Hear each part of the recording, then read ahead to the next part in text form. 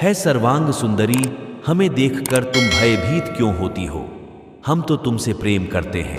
अनुपम सौंदर्य ब्रह्मा जी ने केवल तुम्हें प्रदान किया है। तुम्हारे पश्चात ऐसा रूप उन्होंने किसी दूसरी स्त्री को नहीं दिया। ऐसे रूप सुंदरी की स्वामिनी होकर पृथ्वी पर सोना, निरंतर चिंता करते रहना है, मैले वस्त्र पहनना, कई कई दिन तक उपवास करना, यह सब तुम्हें शोभा नहीं देता। तुम्हारे लिए तो हमारे महल में दिव्य आभूषण, हीरे मोती माणिक रश्मि प्रधान सर की सर्वोत्तम भजन बहुमूल्य वे पदार्थ अर्थात संसार के सारे सुख हाथ बांधे तुम्हारी सेवा के लिए खड़े हैं।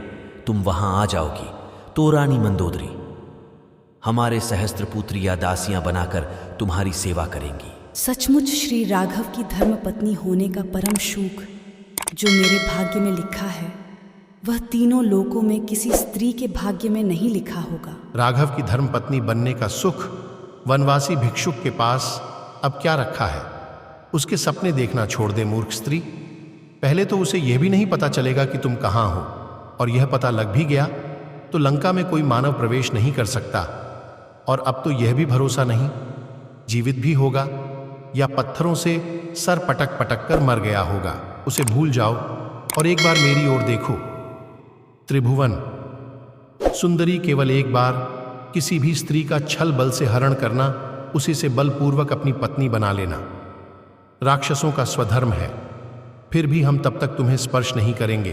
तुम स्वयं हमारे प्रेम को स्वीकार करके हमारे भुजाओं में नहीं आ जाओगी। रावण, जुगनू की चमक से सरोवर में कमलनी नहीं खिलती। याद रखो, जब तक सूर्य से उसकी प्रभा अलग नहीं होती, प्रकार मैं भी श्री राम जी से अभिन्न हूँ। जिस तरह एक पापी पुरुष सिद्धि के लिए उसका अधिकारी नहीं होता, तुम भी मेरे याचना के योग्य नहीं हो। मैं एक पतिव्रता हूँ। मैंने एक बड़े कुल में जन्म लिया है। मेरा एक पवित्र कुल में संबंध हुआ है। मुझे कोई लोक नृत्य का कार्य संभव नहीं हो सकता। अपना मन मुझसे हटा लो, नहीं तो इसी पाप की आग में तुम अपने स्वर्ण लंका समेत इसी आग में भस्म हो जाओगे। तुम्हें श्री राम की शक्ति का आभास भी नहीं है। उनके धनुष की टंकार मात्र से लंका द्वीप समुद्र की गर्भ में डूब जाएगा। एक तुम्हारे पाप के कारण संसार में समस्त राक्षसों का विनाश हो जाएगा। बहुत हो चुका। दर दर भटकते वनवासियों की शक्तियों का वर्णन सिते। हम प्रेम बस तुमसे मीठी बात करते हैं, इसी कारण तुमने हमें नरम समझकर हमारी शक्तियों को नहीं पहचाना। भ्रिकुटी मात्र हिला दे तो सूर्य चंद्र डर के मारे अपने अपने स्थान पर कांपते हुए ठहर जाएं। हमारी गर्जना सुनकर हिमालय डगमगाने लगता है।